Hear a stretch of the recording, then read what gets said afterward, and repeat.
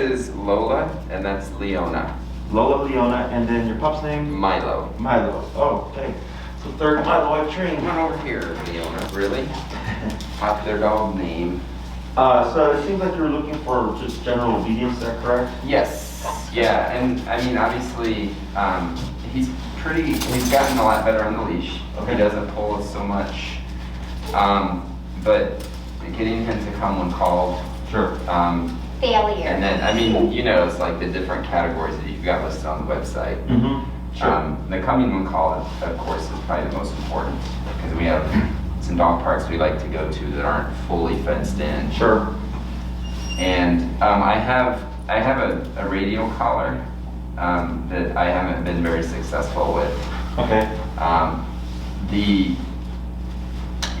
I'd stopped using it for like the last 3 weeks or maybe even a month, and I've put it on in the last couple days. And like when I was training him, I used treats, Mm-hmm. and so now if he has the collar on and like we're inside a tennis court, he'll just stay by me because he's waiting to get his treats for staying close. But Okay. he doesn't do a good job of coming in from the backyard, which annoys me. Okay. And so I've been putting the collar on him and just hitting the beeper Okay. on it, and he comes running. So And the he's beeper is a tone? just a beep. Okay. And then it's got the shock, the vibration, and the beep. Mm-hmm. The shock, I think his hair is too long Okay. to work. The vibration, when he was a younger puppy, he got into some bees and got stung. And so as soon as he feels the vibration, he freaks out and comes running sure. towards me because I think he associates it with that. Okay. So that's kind of where we are. Okay. Yes. And then do you know the brand of your collar? I brought it. Okay. And I actually don't know the brand of it. I stuffed everything in my pockets. I don't know which pocket. Milo's waiting. Teresa. And like I can occasionally get a reaction from him on the shot, Sure. but it's very inconsistent. How long ago did you purchase that? I've had it for probably about 6 weeks. On Amazon? Yes. Okay. I'd suggest if you can return it. Yeah. So I actually just did a consultation with someone yesterday and they have the same exact Okay. one. So if you see ours in comparison, yours Yeah. would look like a toy. Yeah. And I think that one was like 100 and something-ish. This was actually pretty cheap. It was around $30. Oh, $30, Yeah. okay. Maybe it looks the same but a different brand. Yeah. The one that, because he's about what, 50 to He's 70. 70 pounds, okay. The collar, yeah, and I'll go more into detail why later, but the price of the collar or collars I recommend is between $285-ish to $325-ish, okay? Okay. But they'll last you for years. Right. These tend to crap out after a Yeah. couple of months and stuff, so then you just keep buying them and ultimately Yeah. you're in the same place. The biggest, part of the biggest reason why you're not having good contact is the fur. Yeah. Which we would show you how to size it appropriately and everything like that because people tend not to fit it correctly. Mm-hmm. So I'll go more into detail with e-collar. So I'm assuming you did research on us, right? Yeah. When you train with Prong and e-collar, not, Yeah. you're obviously comfortable with it because you have them on it already. Yes. He is on the correct prong, so that is good. It looks like he's on a 3mm from Springer, so that's good. Yeah. And your biggest thing, of course, is the recall. Yeah. And I'm assuming leash walking as well. That he's what? Leash walking. Yeah. Yeah. He's good, and if I hold on to this, he'll stay with me. Okay. But I let him go a lot just so he can sniff and forage and that sort of thing. Okay. When it comes to the heel, so like if you hold it by that second handle, of course, and you limit range of motion. Yeah. People say like my dog walks fairly well with me. Yeah. But then if you let it go, the dog just veers off. Yeah. So when given slack, right? So for us, when we train the heel, we train a very tight heel. Yeah. Slack, no slack, no leash, whatever, doesn't matter. We want dogs right shoulder, glute, or left hip. Okay. Which ultimately, if you want, gets you up to off-leash reliability. So all the commands that, sit, stay down, come, place, heel, can be taught up to off-leash levels, right? Mm-hmm. The one most important command that has to be off-leash reliable, of course, is the recall. If it's not off-leash reliable, pointless. Right. Everything else is simply like, does the owner just want that much control? And I just tailor things to like what your lifestyle is going to be like, and I'll Yeah. give you an idea of like length of time and cost and all that stuff. Okay. So, we got the recall, we definitely need the heel, so because to get to recall, we need the heel. Okay. What would your life with Milo here look like? Like, would he go to restaurants with you? Is it like go to dog parks? Is it like go hiking and? Can we take him to restaurants? I think all of that, I don't know if we are gonna like take him to restaurants and on airplanes and, I don't think he's like a therapy dog. Mm-hmm. To that level, but I mean, just the more that we could get him to do, I think the better it'd be. And I think like the priorities would be, heel, recall, and then getting him not to jump on people. Okay. When they come to the house, he's super friendly, he loves people, but he's big. Mm-hmm. And then also like place and, getting him to stay. Mm-hmm. So Around this one person named Ingrid, he's obsessed with her. yeah, one of For our some reason. our friends, they have a couple of doodles, and I think he just smells her and Goes crazy. Sure. Yeah. So you got 3 commands. You got recall, heel, and place, and then of course we said people come over. Yeah. Any other kind of behavioral things that you're trying to correct, or is he pretty? We just had him neutered. He just got his stitches out on Friday, and before that he had been doing a lot of humping. Mm-hmm. And it's been 2 weeks now since that happened, and he hasn't done that at all. Yeah. So I'm hopeful that just taking care of the testosterone is gonna take that out. Yeah. So when people neuter their dogs, any testosterone-based behaviors will dip. Usually it takes around a month. Yeah. Sometimes it can be as instant as a week or a couple weeks, not within a few days. But like mounting, the need to replicate, marking type behaviors, removing the testicles, of course, helps reduce all that stuff. Now, in some cases, because dogs don't only mount because of testosterone, like it can be like overexcitement and overstimulation, and it just has to be, we call it redirected behavior. Yeah. So then, even though in the context it makes no sense to us, for him he's just overstimulated, but his way of expressing it is through mounting. Yeah. Or dominance. Because female dogs mount too, right? Correct. So Yeah. So if that happens, when it comes to behavior, behavior is fairly simple because it's simply adding an aversive to something you don't want them to do. Mm-hmm. So I would assume that he's probably not going to mount due to testosterone, but like if you were to be at the dog park, you got too excited and you saw that happening, we correct it, of course, because some dogs don't like being mounted and that can trigger a dog fight. Yeah. Is you can use your collar, of course, to correct behaviors you don't want. Okay, so if he's at the dog park, maybe he's playing a little too rough, jumping on other dogs or trying to mount other dogs or barking at other dogs, and it's getting annoying. With the e-collar, you can use that to stop or curb those behaviors. Okay, so behavior work is at least these types of behaviors are fairly simple because it's simply a consequence for something you don't want. Obedience is a little bit more complicated because we're teaching the dog a skill. Right? When I tell you heel, you walk at my hip. When I say come, you come over to me. When I say place, you go to this bed and you don't move for X amount of time. So when it comes to obedience, that takes time and repetition because he's not meant to come, heel, or go to place genetically, right? But when it comes to behaviors, like let's say he did something to another dog, they didn't like it, they would just bite him. Yeah. And that's technically an aversive, right? If you try to mount me, I'm going to bite you. So then he learns, okay, I don't mount this dog because I will get bitten, right? So it seems like you have a pretty straightforward case here, and also seems like you have a good idea of like what you're wanting. When it comes to the e-collar, are you familiar with like pressure work? No. So that's how we teach it. Most people tend to teach e-collar as a punisher, meaning if they say sit and the dog doesn't do it, they'll use the e-collar. Yeah. And it's too for the dog. It's they're too far apart, right? So it's like if you sit, I give you a treat. If you don't sit, you get zapped, right? So it's like there's really kind of opposite sides of the spectrum. And what we do is called pressure work. And pressure work is, to give you an example, have you drive been to the expressway? Yeah. Have you ever had someone like really close to your bumper? Yeah. And then you might speed up, you might switch lanes, you might not do anything, or you might hit the brakes, right? So Yeah. they're putting pressure on you to get a response from you. Now, the response may not be the response they want, Right. but it motivates you to do something, right? Yeah. So same thing for dogs. Think of the e-collar as pressure, or a form of pressure, right? It's uncomfortable. Your prong collar is also a form of pressure. Mhm. So like to get them to sit, have you ever pulled up on your prong collar and pushed down? No, not. No?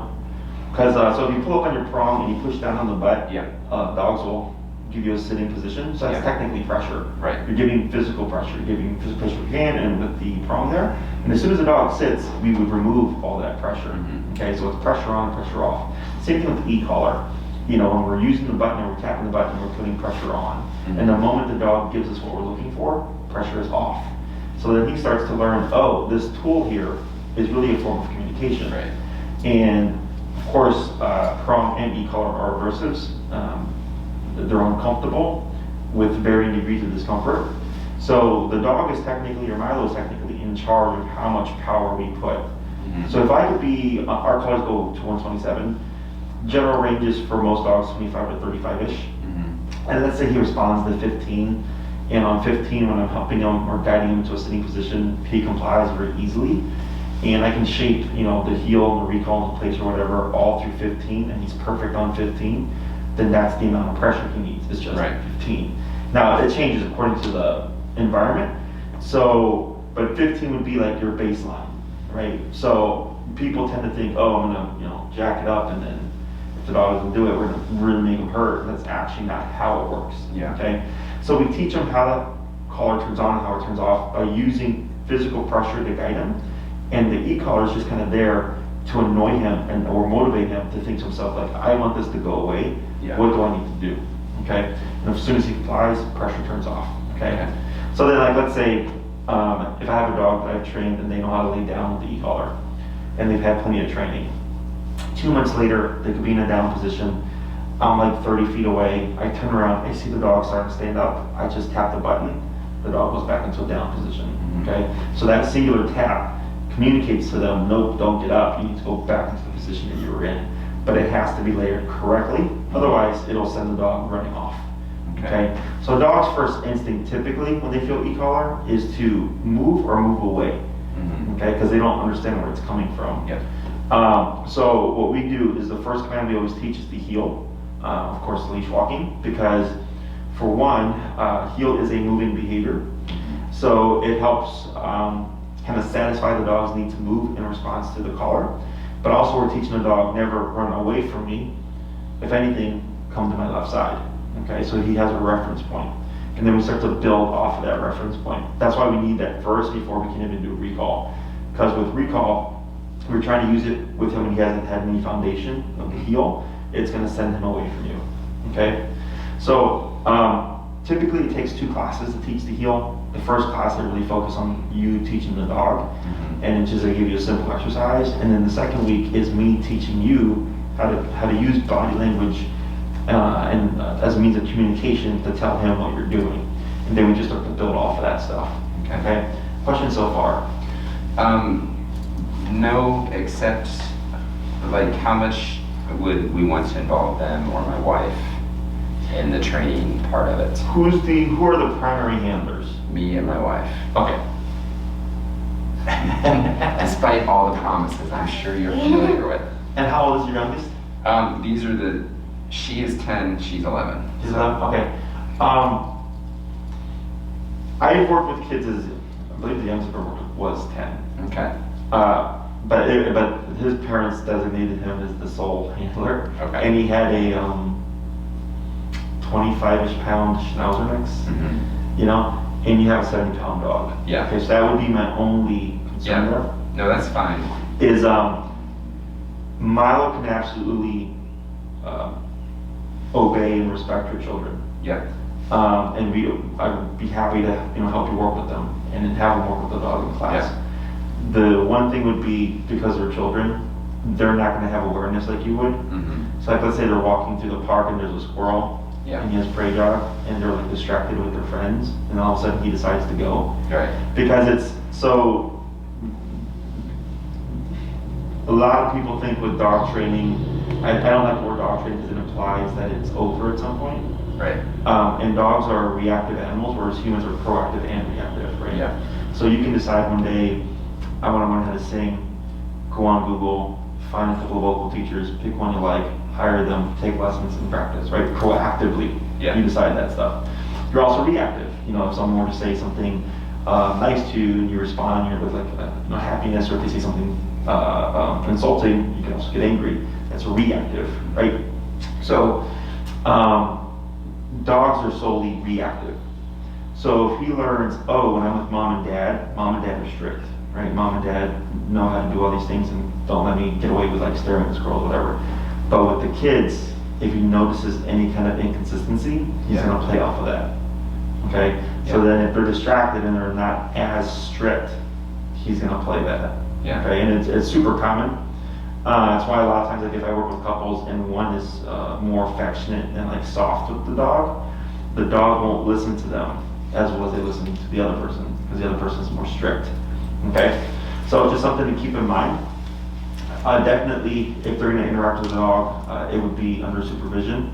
The prong paired with the e-collar is perfectly safe and would give your children the most control. Because even if you were to try to suddenly do something, the prong, of course, would kick in to deter the behavior and give them much more physical leverage. Yeah. So like I had a young lady, she was like 90 pounds, and she had a 150-pound Great Dane who was leash reactive. So when she lived in Wicker Park, so she could turn the corner and there would be a dog there, and her dog would just like send her flying. So she used both prong and e-collar because she needed as much leverage as possible in case something like that happened. Okay. The other thing is, when it comes to like corrections and stuff, let's say he's acting out and you know he needs 65 as a correction, and you do the 65 as a correction, but your kids feel bad about it because maybe he gives them response, so they don't correct them. Again, they'll learn that gray area. So that's just something to keep in mind. But I've worked with plenty of kids and dogs. The only thing is, of course, they're smaller and he's 70 pounds. Yeah. So, but when it comes to like everybody working with him, the great thing is the way that I teach the e-college, it transfers very easily, very quickly. Okay. So let's say you do the first 15 minutes with Milo, and then you give everything to your wife. Yep. Right off the bat, everything just transfers over. Okay, about 80 to 90% will transfer over, as long as she's doing the same exercise and pressing it the same number or the number she needs. Okay, and if you go on our YouTube channel, I work with a lot of couples, and you can just see firsthand on the class one where one person will work with the other dog with the dog, and then they pass it off, and it's like the other person doesn't have to do anything. Okay, because the way that we teach, I tell people is how dogs think and learn. Whereas people tend to use food and treats and stuff like that, which is great. But dogs don't use treats to train each other or teach each other. They just bite each other. You know. So when you talk their language, which is physicality, the progress is very quick and it sticks because it's how they communicate with each other. Okay. When it comes to how much work you need to do, it all comes down to how well trained of a dog do you want, right? So the heel is actually the one thing that the dog learns the quickest, because you walk your dog, or I would assume you walk your dog multiple times a day. Yes. Right? So he would get 3, if it's 3 walks a day, he's getting 3, sessions. healing walk, exactly. Yeah.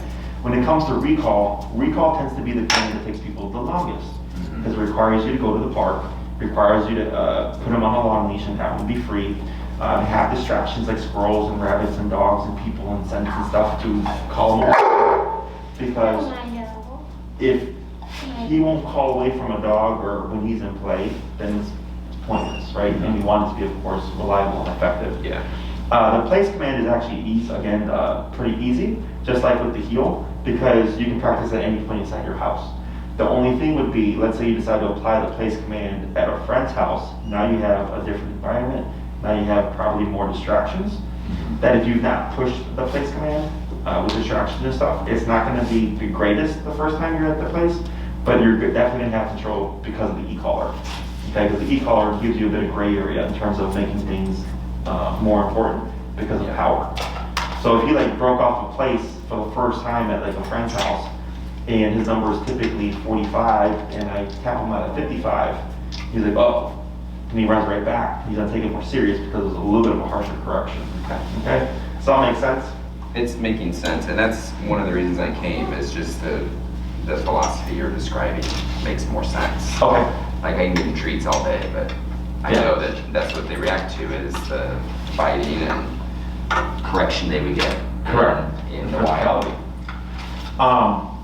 And so one of the most common questions I get is like, when does the e-collar go away? And in my book, when you need it, it doesn't. Yeah. Okay. Now, it's not that you're always using it. It's just, you've done your training, you've done your work, but in case something happens out the blue, you still have means of control over your dog, right? So like, if he's a great dog inside the house, don't need it. Yeah. But you're gonna go for a walk, he's gonna be off leash at the dog park, you need it. You're gonna have guests come over, you'll probably need it the first 15, 20 minutes until he calms down, and then you can remove it, then he's fine without it. Okay. Every case is different when it comes to that. Some dogs are a little bit more distractible or excitable when they have guests come over. So some of my clients will keep it on the entire time, because the dog will just chill, because it knows I can be corrected, because they will play that game. It's like kids, right? You tell them not to watch TV, but if you're not in the room and you don't really know what they're doing, like they could sneak and watch TV, right? It's called opportunistic behavior. People do it all the time too. People tend to speed on the expressway. Most people don't go the speed limit, but if they see a squad car, of course, everybody slows down, right?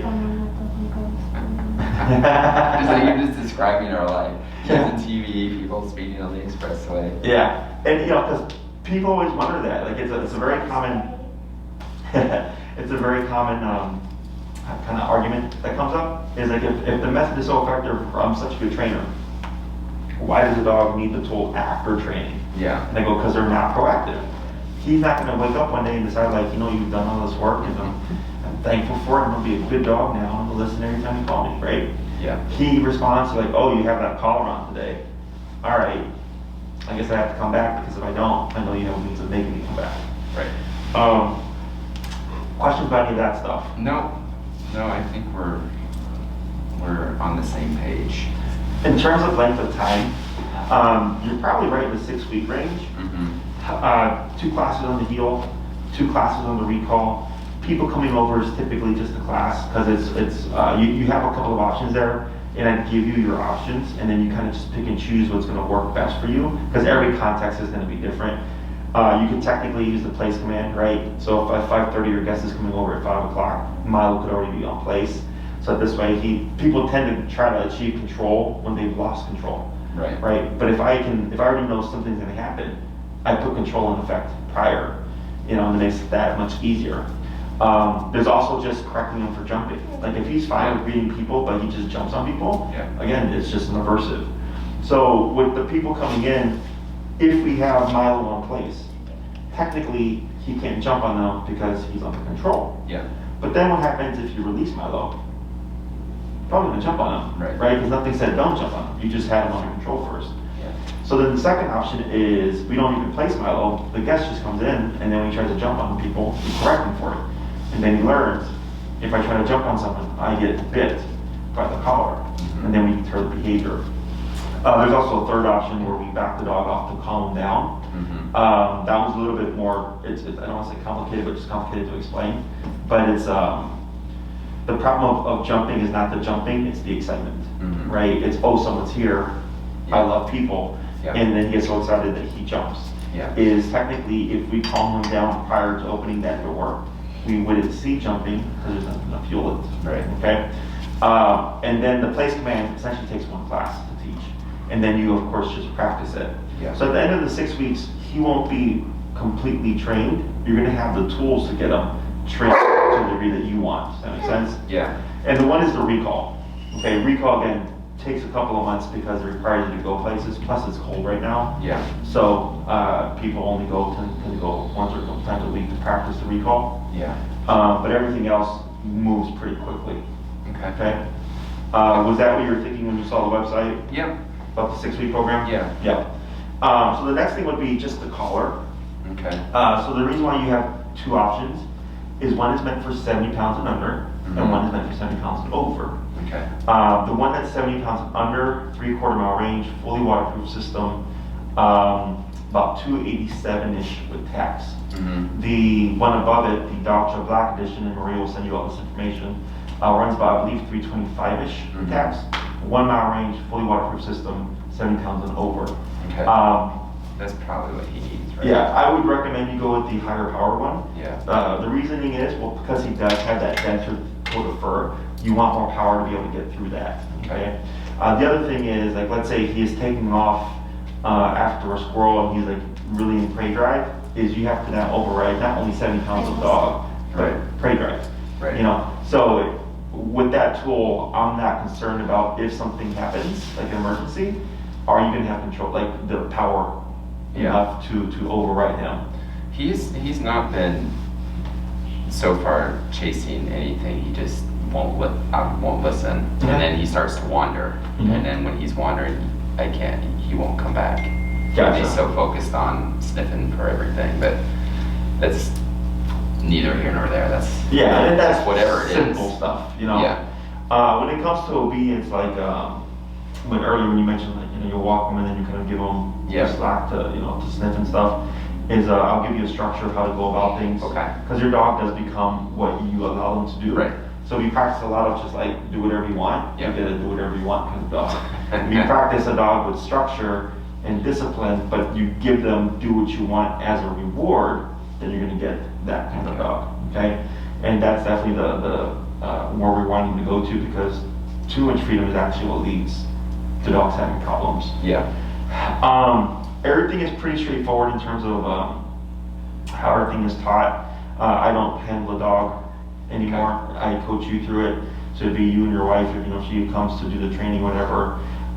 So you're learning everything from ground zero. Okay. It's all hands-on. A lot of my clients, or all my clients, actually love it, because one of the most common problems is people complain the dog listens to the trainer, but won't listen to me. This kind of eliminates that. Because since I already know how to do all this stuff and I already know how to use body language, of course he's gonna listen to me much more quickly. Right. But I'm not the one who needs to know how to handle them. You're You guys training are. me, not the dog. Correct. So the first class is always the hardest, because you don't know how to use a collar. He doesn't know what the collar is. I'm the only one who does. As soon as we get over that first class, everything else is pretty straightforward. Okay. When it comes to transferring to like realistic environments, because so we used to teach at Oz Park in the summertime, super busy at Oz Park. And then once fall and winter came and started raining and snowing and stuff, most of my clientele moved here to the facility. And a couple of concerns were like, well, Jesse, if we train in your facility, is this going to transfer to the real world? And the answer is yes. So if my facility, his number is, for example, 25 out of 127, you go to the park, there's more distractions. His number, you simply just find the number and raise it. Maybe it's 40, you know, because it's going to be according to context. So I, of course, teach you how to recognize what's too high, what's too low, and how to kind of troubleshoot. You know, e-collar is a line of communication, and not every day is going to be the exact same day. Weather can affect how he perceives the collar. Is he playing with a bunch of dogs? Are we in a new environment? There's a lot of stimuli, right? Did someone just blow up a firework, and is your dog scared running away? Like, there's a lot of stuff that goes into play. And my job, of course, is to teach you how to use that tool effectively, where you're not worried about, like, if life throws me something crazy, whether or not you can regain control. Okay. Okay? Yep. Anything else, or any concerns? Just like timing. Do you do evenings and weekends? And Yeah, so I do evenings and weekends. I've learned not to talk about my calendar because Maria is the one that schedules it. But yeah, I train, my schedule tends to be reverse with people, because most people do 9 to 5, so I'm usually evenings and weekends. Okay. And then right now, we've had a large number of consultation requests come through, people booking and stuff. So Maria will get to you as quickly as she can. If you're sold, you're like, yeah, you want to start training, you can shoot her an email. Because I always call her to tell her, like, this is what I recommend, and she gives all the follow-up information. Okay. But then some people are just really just like wanting to get started, and they'll email her right away. So she knows, like, okay, like, I'll start working on this. She'll provide you with the collar information. You get them on Amazon. Okay. And then I suggest once you get your collar, you read your manual, you know, fiddle with it, get comfortable with it. Once I see you're confirmed as a client, you'll get an email from me with some videos to watch to prep you for the class. Okay. You simply need to watch the videos. You don't need to do anything with your dog with them. So that this way when you come in, we can just jump right into training and skip all the simple stuff and start, you know, with learning the important stuff. Okay. Other questions? I think that's it. I think I'm good to go. Okay, so then I'll get in contact Maria. Like I said, Okay. if you like, you can just shoot her an email, she'll follow up with you. But we'll give you all the information, she'll get you a contract form to fill out and everything like that. And if you have any questions, you can just reach out, and then we'll get you all situated. Okay. Okay? Yeah. Awesome. All right, Rick, Lola, Lola and Leona. Leona, yeah. All right, pleasure meeting everybody. Nice to meet you